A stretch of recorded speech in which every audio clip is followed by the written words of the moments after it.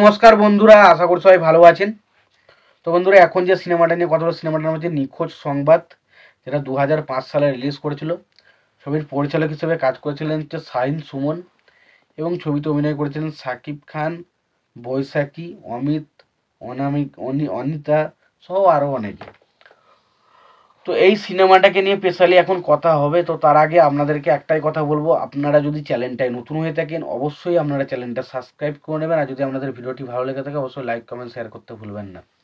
তো দেখুন, যে এই সিনেমাটা নিয়ে কথা বলবো, সিনেমাটার নাম হচ্ছে নিখোঁজ সংবাদ, যেটা 2005-এ রিলিজ করেছিল। তো সিনেমাটার গল্পের বিষয়ে তো যাবো, সিনেমাটা কেমন কেমন লেগেছে সিনেমাটা আমার, সেই বিষয়ে তো যাবই।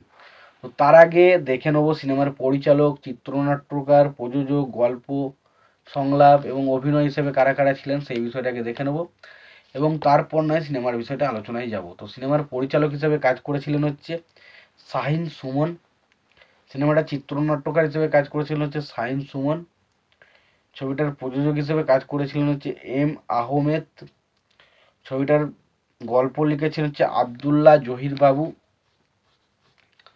সিনেমাটার সংলাপ এবং চিত্রনাট্যের কাজ করেছেন হচ্ছে আবদুল্লাহ জহির বাবু, ছবিটা সিনেমা ফটোগ্রাফির কাজ করেছেন MH স্বপন, সেটার সঙ্গীত পরিচালক হিসেবে কাজ করেছেন ইমন সাহা, ছবিতে অভিনয় করেছেন সাকিব খান, বৈশাখী, অমিত, অনিকা, আম্বি কিষান, সিমন, কাজী কামাল, রতনজান, জেসমিন, শ্যামলা উদ্দিন, শিবু সানি এবং ওমর সানি সহ আরও অনেকে। তো এটা হচ্ছে নিখোঁজ সংবাদ বলতে এখানে আমরা দেখতে পাই যে শুরুতেই আমরা একটা গল্পের একটা মূল যে বিষয়টা সেটা আমরা দেখতে পাই একটা সংবাদ মাধ্যমে দেখানো, এবং সেই সংবাদ মাধ্যমটা কিছু একজনের কাছে থেকে যায়, এবং সেটা সেও নিজেও জানে না যে তার কাছে কিভাবে এলো, এবং এই সংবাদপত্রটা প্রায় প্রত্যেকেই খুঁজতে থাকে, এবং শেষ পর্যন্ত কিভাবে সেই সংবাদপত্রের খোঁজটা মেলে এবং সেই সংবাদপত্রে কী এমন লেখা ছিল এবং তার মাধ্যমে কীভাবে ভিলেনদের শাস্তি হয়, সেটা নিয়ে সিনেমা, যেটার নাম হচ্ছে নিখোঁজ সংবাদ। তো এখানে সাকিব খানের ক্যারেক্টারটা কিন্তু বেশ ইন্টারেস্টিং ছিল, এখানে সাকিব খান একটা বেশ ভালো পারফরমেন্স দিয়েছে। ছবিতে সাকিব খানের পাশাপাশি যে নায়িকারা রয়েছে তার কিন্তু সাকিব খানের সাথে কেমিস্ট্রিটা বেশ ভালো লেগেছে, ছবির গানগুলো বেশ ভালো ছিল। ছবিতে ইমোশনাল পয়েন্ট বারবার রাখার চেষ্টা করা হয়েছে, কিন্তু সেইগুলো কিন্তু কোথাও না কোথাও গিয়ে আমার কাছে কিন্তু ওয়ার্ক করেনি। ছবির স্ক্রিন প্লের ভালো, সংলাপ ভালো, বাট ছবির মধ্যে চিত্রনাট্যের মধ্যে কিন্তু অনেক দুর্বলতা রয়েছে।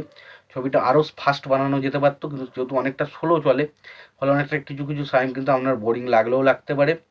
এবং ছবিটা আমি একটা কথাই বলবো, আমার সিনেমাটা আমার যেরকম লেগেছে আমি যদি এক কথাই বলি, তখন সিনেমাটা আমার কাছে একটা ওকে একটা ঠিকঠাক সিনেমা লাগছে। সাকিব খান আছে যেহেতু সেই জন্য সিনেমাটা দেখা যায়। তোমাদের যদি মনে হয় সিনেমাটা দেখবো, তোমাদের সিনেমাটা দেখতে পারো, তোমাদের যদি সিনেমাটা না দেখা হয়ে থাকে। আর ভিডিওটি যদি ভালো লেগে থাকে অবশ্যই লাইক কমেন্ট শেয়ার করে দিও, চ্যানেলটা নতুন হয়ে থাকলে অবশ্যই তোমরা চ্যানেলটা সাবস্ক্রাইব করে নিও, পাশে বেল আইকনটা অবশ্যই প্রেস করে দিও। ভালো থেকো, সুস্থ থেকো, দেখা হচ্ছে।